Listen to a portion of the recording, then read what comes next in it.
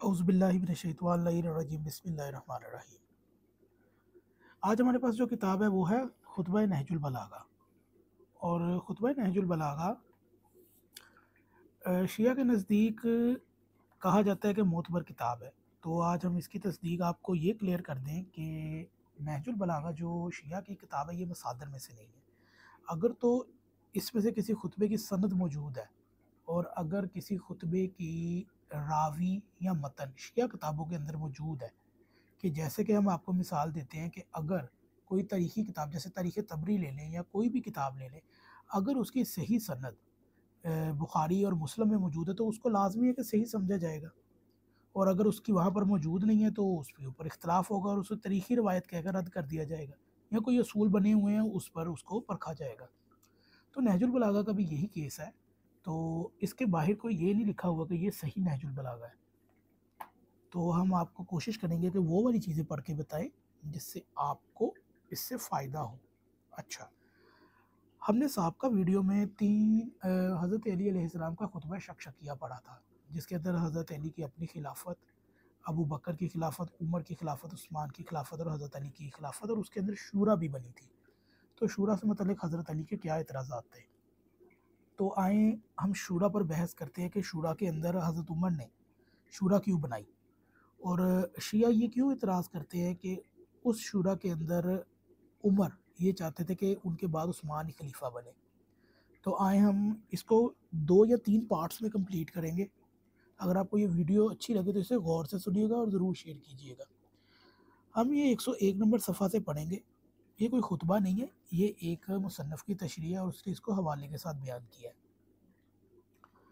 तो यहाँ पर जब हज़रत उमर अबू लोलो के हाथ से ज़ख्मी हुए और देखा कि इसका कारी ज़ख़म से जाबर होना मुश्किल है, तो आपने इंतखाब खलीफा के लिए एक मजलिस शूरा की तश्कील दी, और हज़रत यानी कि जिसमें अली इब्न अबी तालिब, उस्मान इब्न अफ़ान, अब्दुर्रहमान इब्न औफ, ज़ैद बिन अवाम बिन साद बिन अबी वक्कास और तलहा बिन उबैदुल्लाह को नामज़द किया, और इन पर यह पाबंदी आयद कर दी कि वो इनके मरने के बाद 3 दिन के अंदर अंदर अपने में एक को खलीफा मुंतखब करे और ये तीनों दिन इमामत के फ़राइज़ अंजाम दे। इन हदायत के बाद अरकान शुरा में से कुछ लोगों ने इनसे कहा कि आप हमारे मतलब जो ख्यालात रखते हैं इनका इजहार फरमाते जाएं ताकि इसकी रोशनी में कदम उठाया जाए। इस पर आपने फ़र्दन फ़र्दन हर एक के मतलब अपनी ज़री राय का इजहार किया। चुनाचा साद के मतलब कहा, वो दरशख्त खू और तंग मिजाज हैं। अब्दुर्रहमान इस उम्मत का फ़िरौन है, और ज़ुबैर खुश हो तो मोमिन, गुस्सा हो तो काफिर। तलहा गरूर और नखूत का पुतला है, अगर इन्हें खलीफा बना दिया जाए तो खिलाफत की अंगूठी अपनी बीवी के हाथ में पहना देंगे। उस्मान को अपने कौम व कबीला के अलावा कोई दूसरा नज़र ही नहीं आता। रहे अली तो वो खिलाफत पर रजे हुए हैं, यानी कि वो कह रहे हैं कि खिलाफत पर रज गए हैं, पेट बढ़ा हुआ है।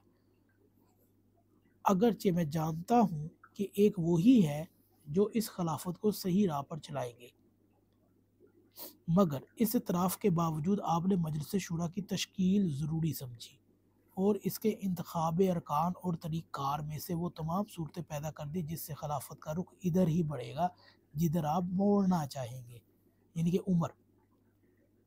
चुनाचा थोड़ी बहुत सूझबूझ से काम लेने वाला बआसानी इस नतीजे पर पहुंच सकता है कि इसमें हज़रत उस्मान की कामयाबी के तमाम असबाब फराहम थे।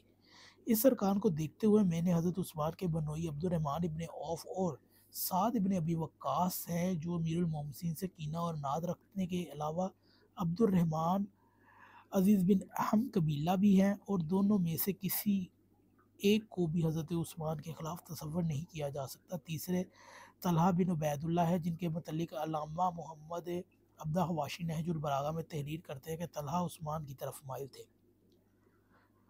और माइल होने की यही वजह क्या कम थी कि हज़रत अली से मुनहरफ थे, क्योंकि ये तमीमी थे, क्योंकि अबू बकर भी तमीमी है, और अबू बकर के खलीफा होने के सबब से बनी तमीम और बनी हाशम में रंजिशें पैदा हो चुकी थी। अच्छा, तो ये वीडियो थी जिसमें हज़रत उमर ने खुद जो शूरा नामज़द की थी उसके अल्फाज खुद बयान किए थे कि ये बंदे ये हैं। तो अब हम ये देखेंगे अगली वीडियो में कि हज़रत उमर ने आखिर ये जब शूरा बनाई तो कैसे पता चला कि उस्मान के खलीफा बनने के चांस पक्के हैं। तो अगली वीडियो ज़रूर देखिएगा इससे मुताल्लिक, क्योंकि इस वीडियो को शॉर्ट करने का मकसद ये है ताकि आपको आसानी से समझ आ जाए और इसको हम पार्ट की सूरत में लगा देंगे।